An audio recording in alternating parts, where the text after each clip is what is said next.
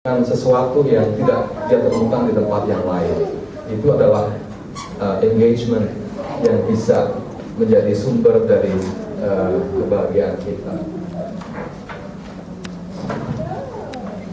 Ada seorang psikolog lagi yang namanya, agak susah namanya ini, Mihaly Csikszentmihalyi namanya. Ini orang dari salah satu negara di Rusia dulu ya, yang namanya yang kemudian pecah menjadi negara yang banyak sekali. Dia memperkenalkan sebuah konsep yang namanya flow. Gambar di bawah ini menunjukkan orang-orang yang sedang mengalami flow. Engagement yang membuat seseorang merasa bahagia itu adalah pada waktu kita menjadi completely immersed in the activity that we are doing. Jadi totally immersed gitu. Kadang-kadang menjadi lupa waktu, lupa tempat, lupa ruang dan sebagainya.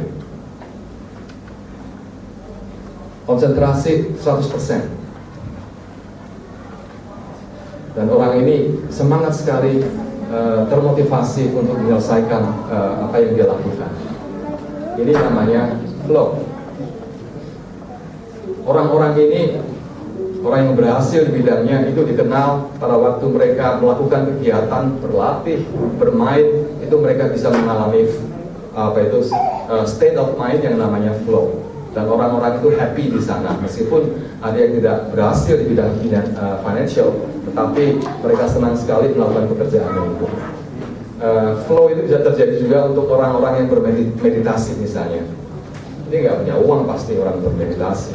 Tapi dia bisa merasakan apa itu namanya sukacita tersendiri dan happiness yang luar biasa hanya dengan bermeditasi selama berjam-jam. Saya pernah mendengar ada seorang biksu pendeta Buddha yang diceritakan bermeditasi sampai berbulan-bulan sehingga meninggal dunia. Dan itu ada beberapa foto yang ada di Google. Dari kesimpulan saya, si pendeta ini mengalami apa yang namanya flow yang agak sedikit kebablasan begitu ya, orang sampai meninggal. Terus apa hubungannya dengan anak-anak kita, gitu loh? Masih ingat ini ya, anak ini ya. Jadi si Joseph ini, yang calon siswa P1 tadi itu loh, dia ini senang main paper plane begitu loh. Kalau lagi main paper plane dia asik sekali, bisa sampai berjam-jam begitu. Rupanya anak ini sedang berproses untuk mengalami apa yang namanya flow. He is fully engaged pada waktu dia bermain kesukaannya. Anak ini juga kelihatan asik sekali bermain. Anak ini juga asik bermain, tapi yang dua ini kayaknya kurang begitu asik. Lah, perlu kita ketahui bahwa engagement yang begitu hampir sempurna itu tidak mungkin di sekolah. Karena because of the nature of the work di sekolah yang biasanya itu tidak terlalu disukai oleh anak-anak gitu. Jadi kita tidak bisa terlalu memaksakan anak-anak kita untuk menikmati apa yang diajarkan di sekolah. Tetapi yang di luar sekolah itu anak-anak bisa mencari kesibukan, kesenangan yang menjadi sumber dari kebahagiaan anak-anak itu. Membaca buku itu juga bisa menimbulkan membuat anak mengalami flow. Jadi Pak Petrus nggak ada di sini kan? Nah, ini ada fotonya Pak Petrus Bu. Kemarin tuh Pak Petrus cerita waktu di kelas itu ya. Pada waktu beliau itu masih muda begitu, itu paling hobi membaca buku silat karangan Kuping Bu. Ini orang Solo, Pak Petrus juga orang Solo gitu. Kalau bahasa bisa sampai malam dari pagi. Nggak pasti lah ya Bu ya? Pernah ya? Rupanya saya juga pernah mengalami masa-masa di mana saya sangat menikmati kesempatan membaca buku-buku yang ditulis oleh Opingho dan Pak penulis lainnya. Sangat mengasihkan dan merasa senang setelah membaca gitu. Kadang-kadang sampai pagi, kadang-kadang tidak makan pun tidak apa-apa begitu.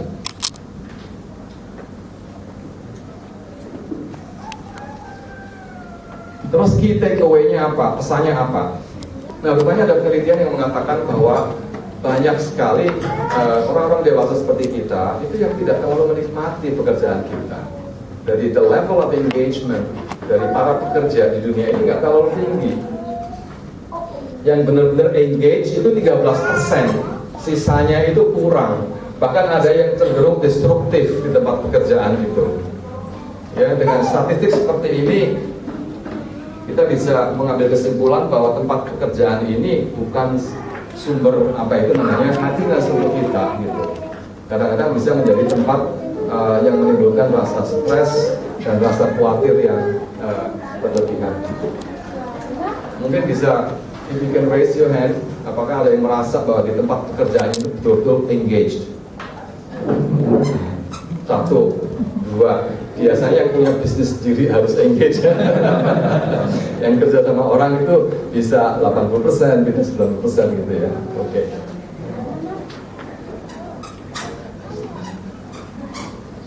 Engagement itu bisa terjadi pada waktu pekerjaan yang kita lakukan itu interesting, exciting, appealing, dan juga ada challenge, demanding.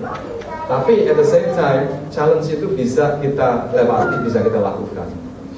Kalau itu nggak ada, mungkin tidak terlalu ideal untuk menciptakan flow atau fully engaged in whatever you're doing. Terus kalau pekerjaan kita nggak engaging, terus gimana? Quit your job and find a new one. 10 tahun yang lalu, saya merasa bahwa tempat pekerjaan saya tidak terlalu menarik lagi. Terus saya memutuskan untuk pindah pekerjaan. Dan sekarang saya menikmati dan bisa merasakan berbagai macam pengalaman yang sangat menarik dan juga sumber kebahagiaan bagi saya. Satu lagi adalah find a meaningful hobby. Ya, jangan underestimate hobi yang menyerap perhatian kita secara maksimal. Itu adalah salah satu sumber dari rasa senang, rasa sejahtera, rasa bahagia. Anak-anak ini hobinya adalah bermain pasar-pasaran. Biarin aja, siapa tahu suatu saat menjadi the second Jeff Bezos yang punya Amazon.com. Terus pesan lagi buat kita, orang-orang tua, kiranya kita rajin-rajin melihat anak itu passionnya di mana gitu. Hal yang perlu kita ketahui, passion itu bukan either or. Whether you have the passion about something or you don't have the passion. Passion itu kadang-kadang perlu dieksplorasi, harus dialami oleh anak-anak itu. Tugas kita sebagai orang tua adalah memungkinkan anak itu untuk melihat berbagai macam situasi, pengalaman, sehingga suatu saat anak itu bisa mengatakan, this is what I want to do, gitu loh. This is what I want to do more in my life. Dan kemudian kita tumbuhkan rasa passion dari anak-anak kita itu. Jadi yang pertama tadi pleasant life, yang kedua adalah engaged life. Ini dua elemen yang bisa membuat seseorang menjadi lebih bahagia ataupun bahagia hidupnya. Yang ketiga ini penting sekali nih, R adalah untuk relational life. Saya yakin kita sudah sering mendengar bahwa relasi itu bisa relasi yang horizontal dengan orang-orang sekitar kita, di keluarga, di lingkungan, di masyarakat, di gereja dan sebagainya, dan juga relasi yang vertikal. Yang ini sudah dibahas banyak sekali oleh Pak Petrus. Kalau masih kurang bisa diundang lagi untuk memberikan penjelasan mengenai relasi dengan Tuhan. Mungkin ada teman-teman yang belum tahu, saat ini di GPO ada sejumlah jemaat yang menjadi murid dari Pak Petrus, dan kita diajar ini untuk meningkatkan relasi kita secara vertikal dengan Tuhan lewat doa, lewat saat teduh, dan juga lewat Bible reading.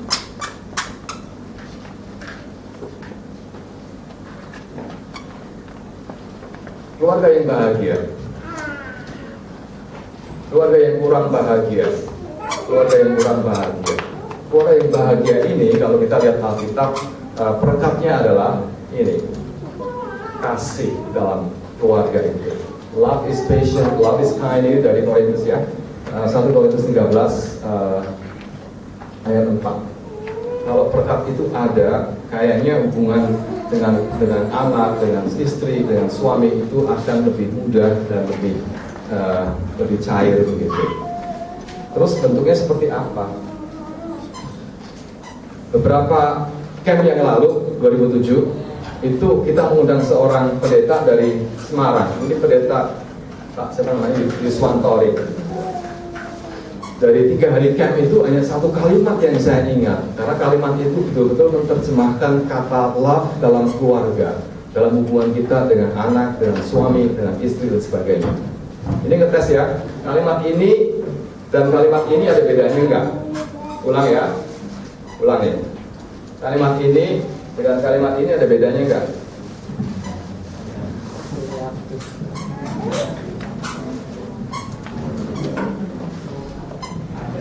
Ada ya. Kalimat mana yang sering kita pakai sebagai acuan untuk membina, membangun relasi di rumah dengan istri dan dengan anak? Biasanya yang ini. Saya ingin dia menjadi istri yang baik. Saya ingin anak saya menjadi anak yang baik. Saya ingin suami saya menjadi suami yang baik. Dan Bapak ini luar biasa sekali, dia mengatakan yang ini dihapus dong, dianya gitu loh. Start from yourself, mulai dari saya sendiri. Saya ingin menjadi. That's all. Kata kunci yang sangat luar biasa. Sampai sekarang saya masih ingat gitu ya.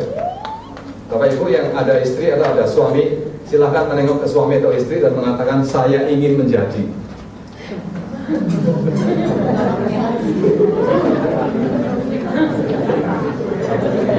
Kalau nggak bunyi bisa pakai SMS.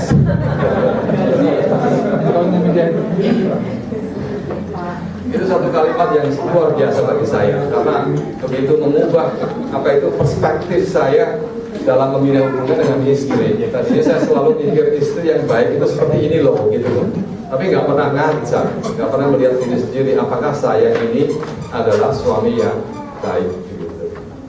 I think you will be happy. Si Benny udah dari tadi pegangan terus tangannya ini. Langsung aplikasi.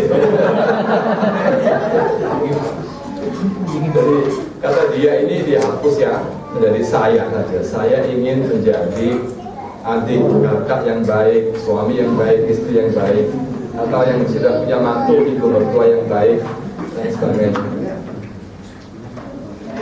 Terus beberapa waktu yang lalu PKD mengundang seorang Pak Johan Setiawan, itu penginjil ya, penginjil bagus sekali. KKM harus mengundang, bagus sekali, dan dia cerita mengenai the language of love, bahasa cinta, dan itu aplikasinya luar biasa di dalam keluarga kita.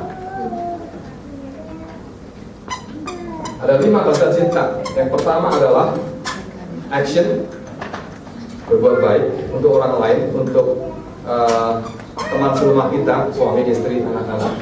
Yang kedua adalah dengan ucapan, dengan kata-kata. Yang ketiga dengan meluangkan waktu. Pak Sente senang sekali datang dari Jakarta terus ke Singapura gitu ya, seminggu spend quality time dengan wife and 3 children. Yang ketiga, yang keempat adalah dengan sentuhan. Ini udah nyentuh terus dari tadi. Terus yang ini yang paling asik nih, hadiah.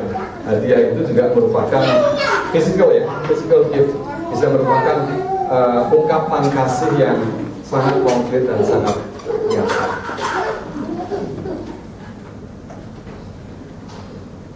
Yang menjadi persoalan bagi kita dalam membina hubungan dalam keluarga adalah menemukan salah satu yang paling cocok untuk partner kita, untuk anak-anak kita. Ada anak yang nggak senang disentuh gitu loh.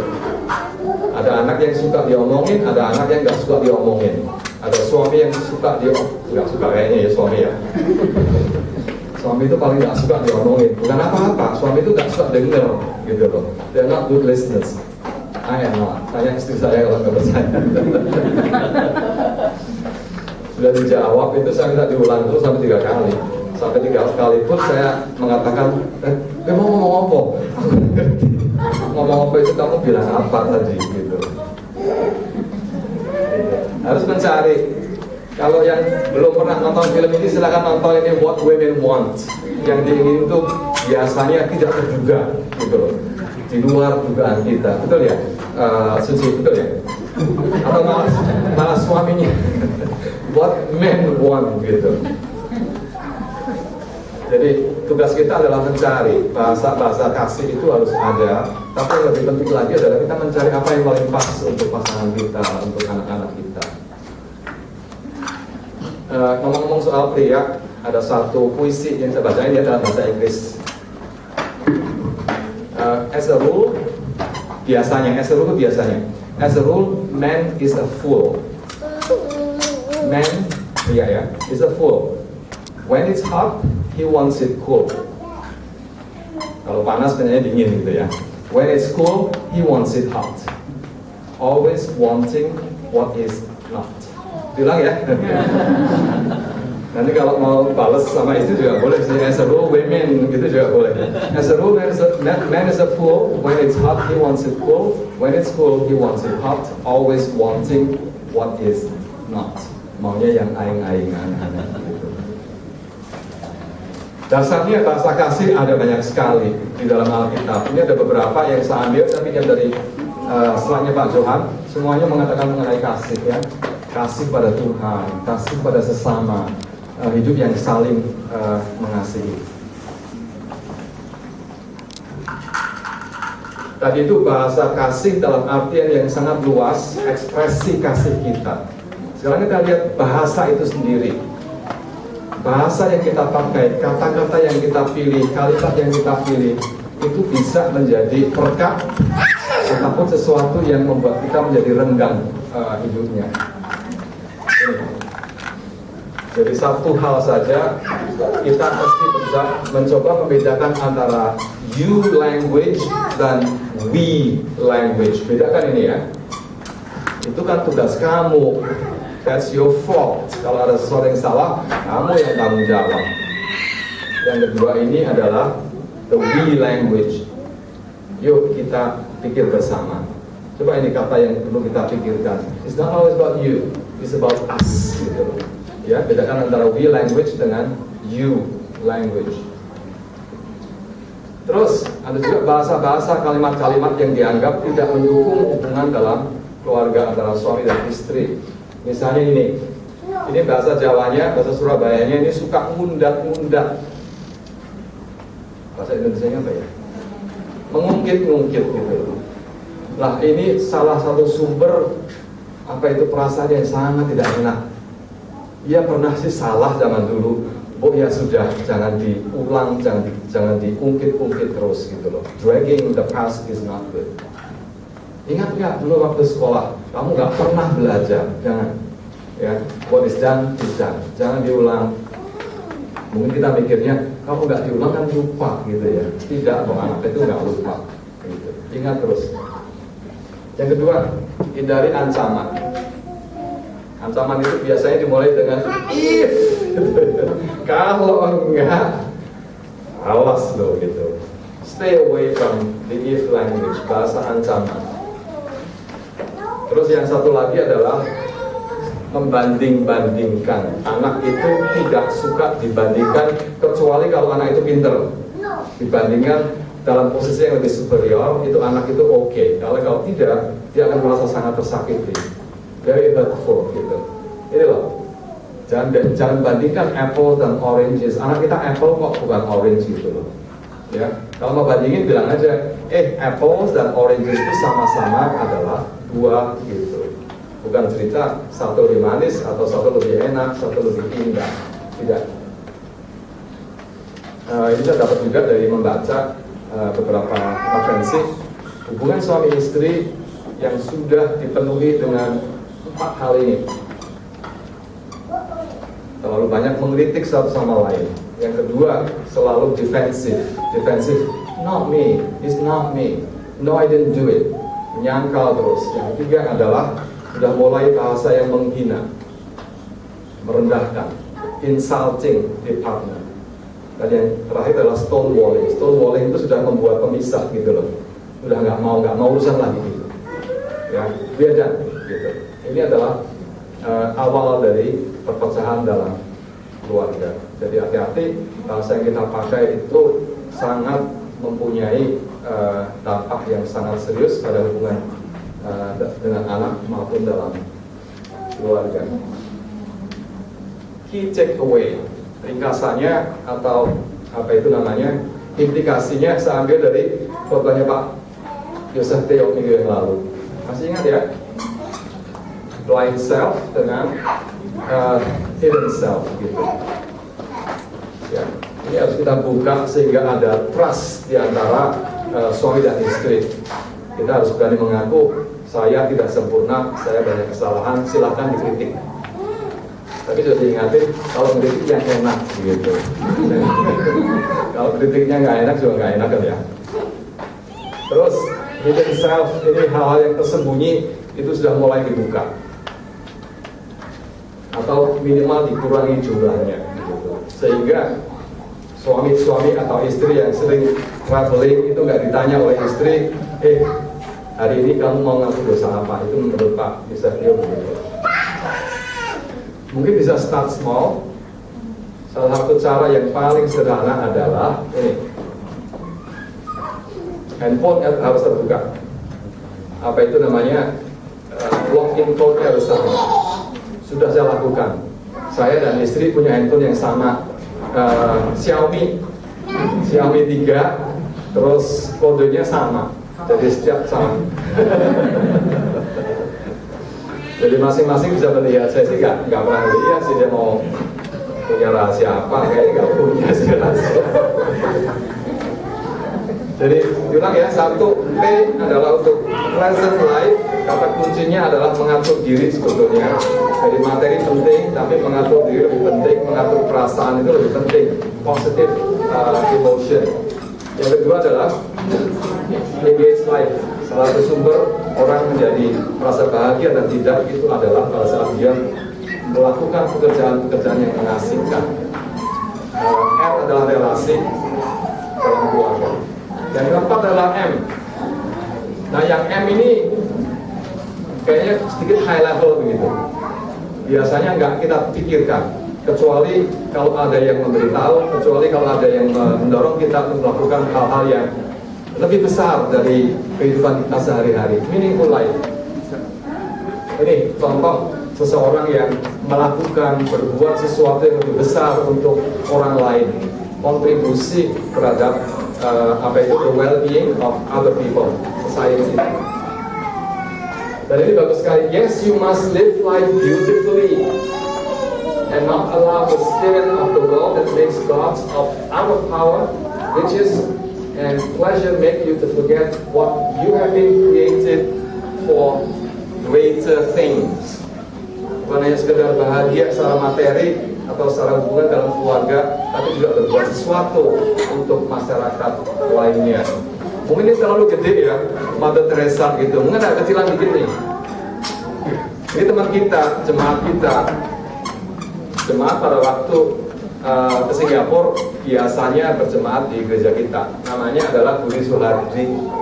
Ini adalah pilot Garuda yang sudah diakui oleh dunia lewat CNN. Dia tuh memakai dana pribadi untuk membuat apa itu namanya panti asuhan untuk anak-anak yang tidak punya orang tua. Ini salah satu contoh perbuatan yang dianggap meaningful, sesuatu yang baik untuk orang lain. Landasan Alkitabnya sih juga banyak sekali. Salah satunya adalah ini, siapa banyak memberi berkat pada orang lain ya, diberi kelimpahan. Siapa yang memberi minum, ia sendiri juga diberi minum. Kisah Para Rasul. Ayo jadi baca Pak. Kisah Para Rasul 20 dalam segala sesuatu berikan contoh kepada kamu bahwa dengan bekerja demikian kita harus membantu orang-orang yang lemah dan harus mengingat perkataan Tuhan Yesus. Rasul sendiri telah mengatakan adalah lebih berbahagia memberi daripada menerima. Ya, bahasa Inggrisnya supaya lebih keren ya. To receive itu human katanya begitu. Menerima itu manusiawi. But to give itu divine. Jadi to give, memberi itu godly sifatnya. Jadi ini mengajar kita untuk memberi ke orang lain. Di Singapura itu banyak contoh sebetulnya di sekeliling kita, orang-orang yang meluangkan waktu, meluangkan bahkan dana, uang dan sebagainya untuk to give back to society. Ini ngurusin orang tua yang miskin di Singapura. Di Singapura ada orang miskin rupanya. Nggak banyak sih, tapi ada. Ini adalah seorang volunteer yang bisa juga membantu di sebuah lembaga namanya SOS, Save Samaritans of Singapore. Ini banyak sekali melayani anak-anak atau orang tua yang sedang stres berat, sedang susah, mau bunuh diri dan sebagainya.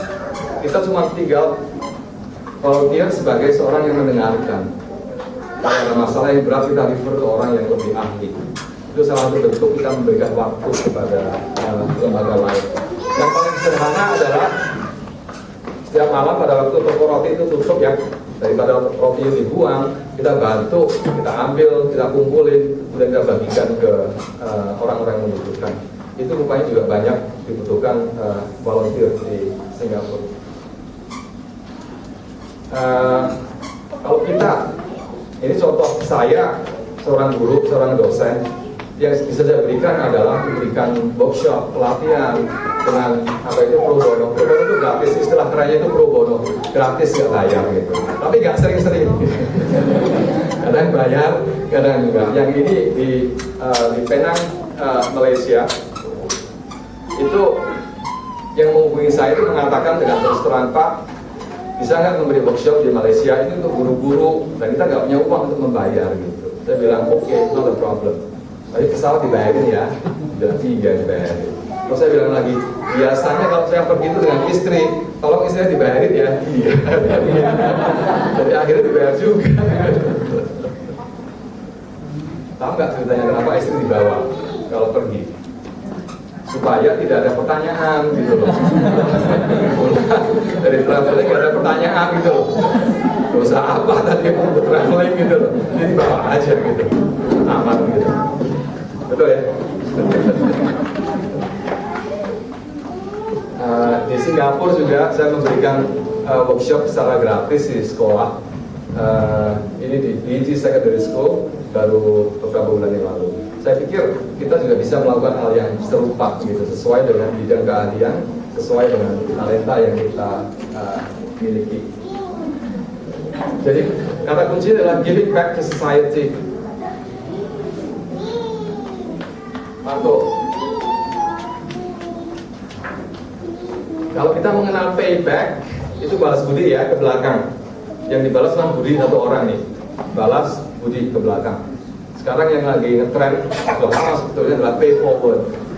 Pay forward pada siapapun. Itu namanya act of kindness. Itu kayaknya tidak terlalu tidak terlalu jauh dengan apa yang diamanatkan oleh Alkitab. Dan pay forward is not a bad thing. Terus kalau kita pikir, ini ada data yang menarik sekali. Kalau kita berbuat baik, kalau kita memberi, terus what do we get from it? Meskipun kita tidak mengharapkan balasan, tapi rupanya dengan memberi waktu itu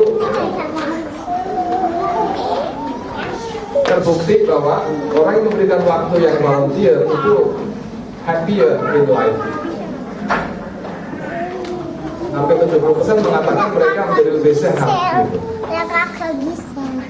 Juga less stress. Dan yang terakhir, penting sekali ini yang nggak bisa tidur malam hari. Kalau kita membantu orang lain itu membuat tidur kita lebih nyenyak, katanya begitu.